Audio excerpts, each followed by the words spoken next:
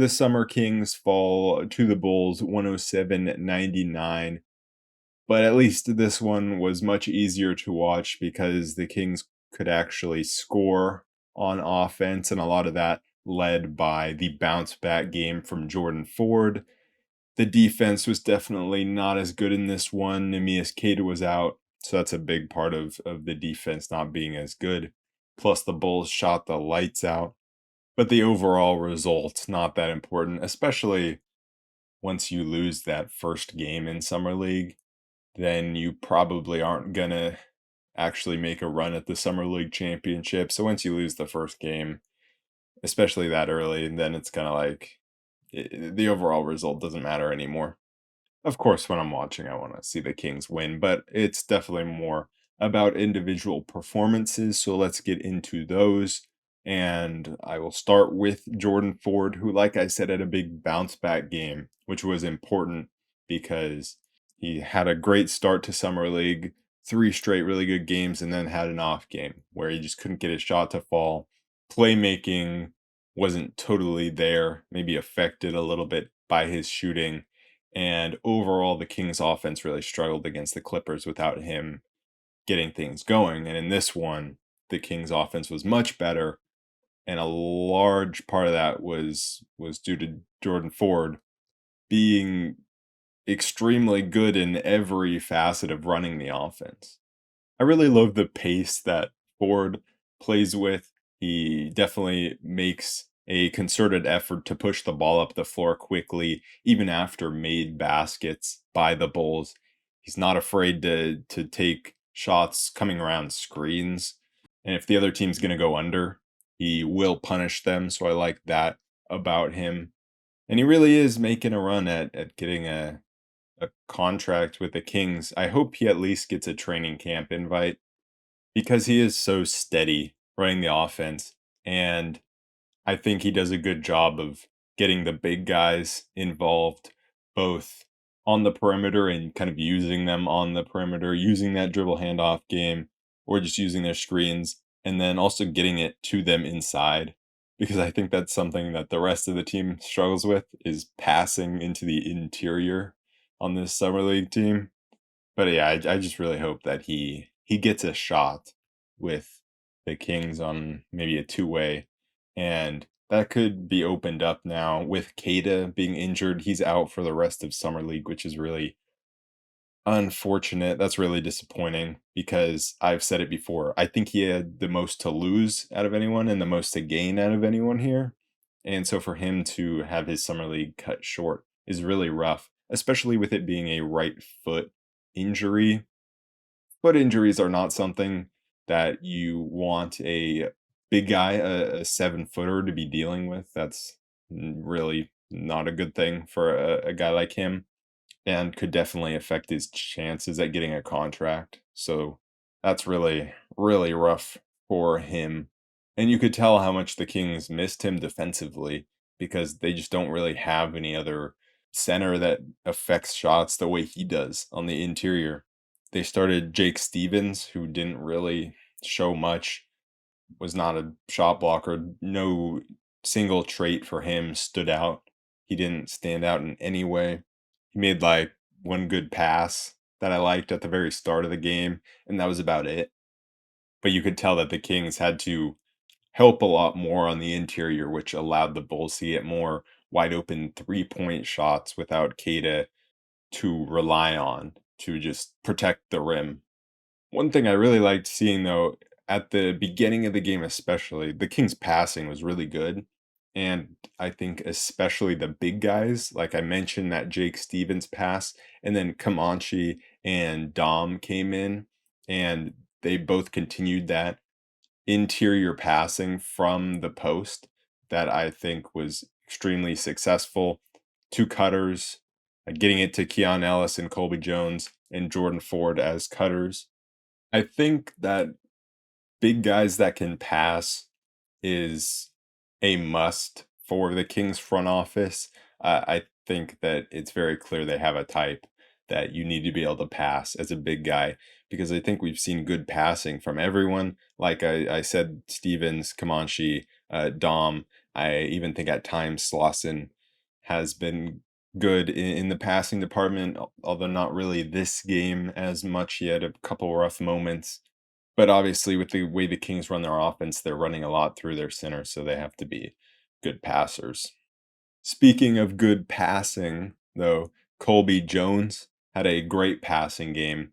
He didn't have a great scoring game, and I think he showed his lack of explosiveness. He doesn't have that explosiveness to get to the rim, get by his defender, and get to the rim. And I think that's why he has to rely on creating physical contact and finishing through that to score around the rim. And he is good at that, but he lacks that explosiveness. And that's not necessarily a must for an NBA player. There have been plenty of NBA players that have lacked explosiveness and have still been successful, and I think he can definitely be one of those. And it just requires a good feel for the game, which I think he has. And he was throwing some nice passes out there, ended with 7 assists. So he's shown that he can impact the game in a lot of different ways. And doesn't necessarily have to score, like his 3-point shot was off today, but made a nice cut. That's definitely something that he's going to have to do a lot of to be able to score. And I thought his defensive activity this game was pretty good. I think this was Keon Ellis's best offensive, at least, summer league game so far. He had some rough turnovers, especially late, but other than that, he looked more in control this game than he has in the past with the ball and creating for himself, not necessarily for others, but for himself. The 3-point shot looked good. The cutting to the basket and then also getting to the basket with the ball. He was doing that more than we've seen in the past few games. And so that was good. He ended with 19 points. And then his offensive rebounding was really, really good. And that was the main thing I noticed for him was how good he was. I mean, on the glass on both ends, but especially getting offensive rebounds. And then he's always getting his hands in the passing lanes, getting deflections, getting steals. And that's something that you never have to worry about with him. He's always going to be good defensively. Another game with 2 blocks and 2 steals. Like that's just normal for him. I think he's leading the Vegas Summer League in steals per game. That might have changed today, but he was definitely before today. And then the last starter, the guy I think I've finished with every time is Kessler Edwards, just because he doesn't do much, especially offensively. Like he's good defensively, he's great defensively, and I don't think he's as flashy as someone like Keon Ellis in terms of getting a bunch of steals, but guys aren't getting by Kessler. But the problem with him is his shaky 3-point shooting and in summer league being asked to maybe create off the dribble a little more than he should be asked to create off the dribble, which is never like he should never be asked to create off the dribble for himself. He is ultimate 3 and D guy who probably looks better in an NBA game than a summer league game because in an NBA game he can just spot up in a corner and there'll be more space for him playing with Fox and Sabonis and everyone else. But the 3-point shot hasn't looked great in summer league, so that is a bit of a worry for sure. And then off the bench, he had the Dominator, absolutely dominating.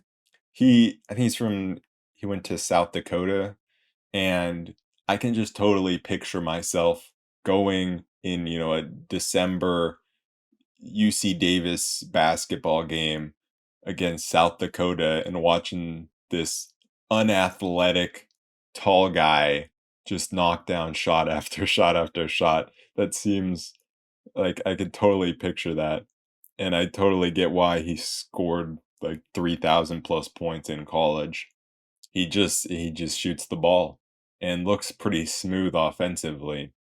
But like I said, he's not the most athletic guy, not the best defender, and probably won't get an NBA contract or a two-way contract. but he can shoot the ball and he can score the ball. I mean, at his height, he's got a smooth release, and so he's definitely a guy that's been fun to watch. Jalen Slauson has been a guy that has been a bit disappointing. He just seems like an athletic guy that's running around out there. I mean, you saw the rim protection again in this game, and I'm looking and it says he has 0 blocks. That's wrong. That's just wrong. I mean, we all watched him with that crazy chase down block that got called a foul and then overturned. So I'm guessing something got messed up there where they didn't count the block. But he definitely had a block, and it was a big highlight block, but didn't really do much else. He committed some offensive fouls, had some turnovers.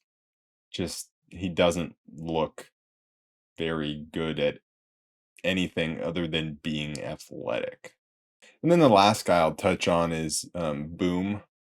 And the only thing I want to say about Boom is that guy just loves to dribble late into a shot clock and then chuck up a shot. And it's not fun to watch. He went 1 for 8 and he just doesn't pass the ball very much. And I just don't get it. Like, you're no scout or coach or front office, nobody's watching this and saying, wow, I want that guy that's just dribbling around out there and chucking up a shot. Like, even if you make all those shots and catch fire, these NBA front offices aren't stupid. They know that anybody out there could catch fire in a random game. They want to see these guys doing other things that impact winning. You're not getting a contract, whether it be in the NBA or the G League or overseas. You're not getting a contract by just dribbling around and shooting the ball. Like, that's just, and it's hard to watch. But that is it for my recap on the player performances. So I will be back after the next Summer League game, and I will see you guys then. Peace.